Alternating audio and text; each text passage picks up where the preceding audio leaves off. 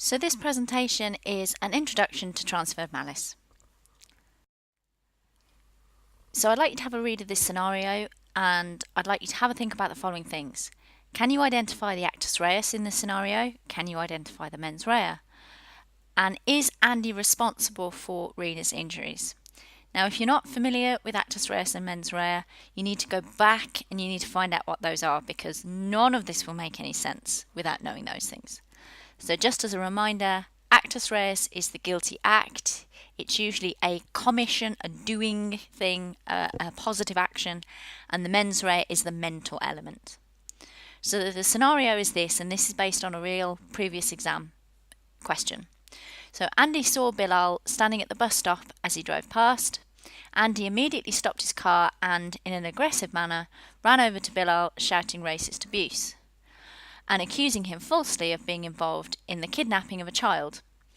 Andy pushed Bilal and he fell, causing minor bruising. As he fell, Bilal knocked into Rena, who fell awkwardly and fractured her skull. So the question again is, where is the actus reus? Well, in respect of Rena, you have the pushing incident, and the mens rea, it would appear that it was intentional. It would appear that it was direct intent, that it was Andy's aim or purpose to push somebody. But the question has got to be around Rena. So Andy didn't mean to do anything to Rena, but it was her who fell awkwardly and fractured her skull. So the question is, what should the law do about this?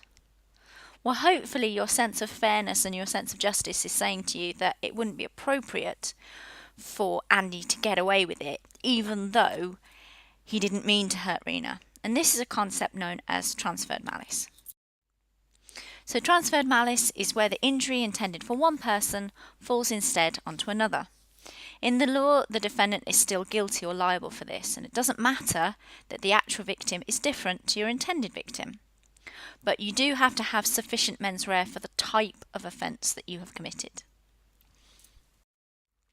So let's have a look at some cases. What I'd like you to do is, I'm going to tell you the case name and I'm going to show you a picture, which will help you go away and find that particular case. Come back to the video once you've found the cases and we will go through them together. So the first case you need to know about is R and Mitchell. And the picture you can see there is a post office queue. You also need to have a look at R and Latimer. And you've got a picture there of a belt. And finally, R and Pemberton. It's not terribly clear from the picture, but what you can see is a broken window.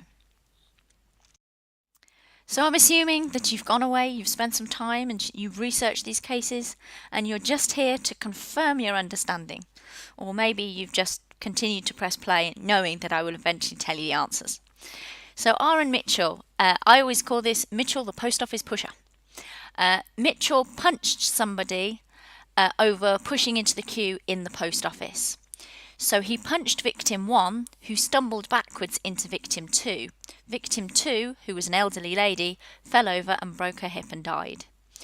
Mitchell appealed the conviction in respect of victim 2's death, saying he had no ill will towards her, that was a total accident. And the court said his mens rea was transferred from his original victim to his intended victim to the second victim, and therefore he was still liable. It didn't matter that he hadn't intended to hurt victim 2. He had the actus reus, he had the mens rea, and it transferred. R and Latimer. Latimer had an argument in the pub, and he took off his belt and decided to whip victim 1 with it in an Indiana Jones-style altercation. But he missed, and he ended up whipping victim 2 with the belt instead. Again, he appeals on the same lines as Mitchell did, but the court says he has the actus reus, he has the mens rea, so it didn't matter that his intended victim was not his eventual victim. The exception to this rule can be seen in the case of Pemberton. Pemberton threw a stone at a group of people with the intention of hitting them. So this is an offence against the person. He wanted to commit a non-fatal offence against an individual. but he was a terrible shot and he missed the group and he ended up breaking a window, which is a property offence. And he was found not guilty of both the non-fatal offence that he wanted to commit and the property offence that he eventually committed, because you can only transfer mens rea from the same type of offence to another of the same type. These are two completely different offences, so he was not guilty. So this is the exception to the rule. So if you've got a different type of offence, then your mens rea will not transfer. So have a think about this one.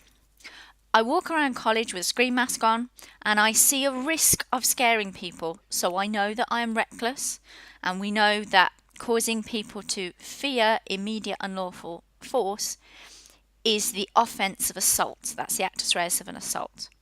It's not my aim or purpose to frighten anybody, neither is it virtually certain. I can assure you I'm just not that frightening. So as I move around college, Anissa is so scared that she runs away, and as she does so, she knocks into Benji, who falls down the stairs. Benji suffers a badly broken leg as a result. Does my mens rea transfer from Anissa to Benji? Well, certainly my intended victim, which was Anissa, the actus reus of the offence transfers because he ends up getting hurt. But the question is, did I have sufficient mens rea? Well, I've told you that I see a risk of frightening people, but I see no risk of anything else. So I have no mens rea in respect of the injury. I didn't see a risk of it. It wasn't virtually certain.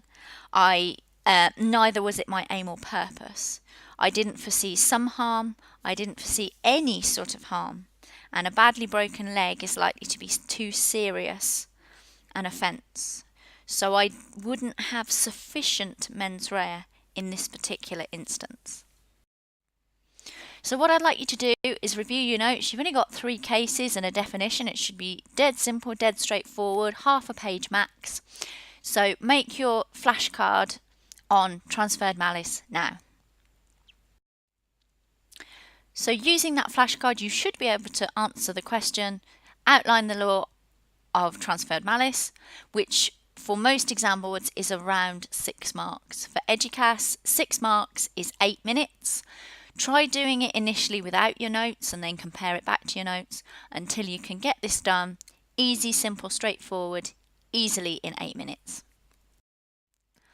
So let's have a look back at Andy, Bilal and Rena. Now that you know the law, you should be able to answer the question at the bottom, apply the law of transferred malice to Rena's situation. So I will remind you again, the scenario was Andy saw Bilal standing at the bus stop as he drove past.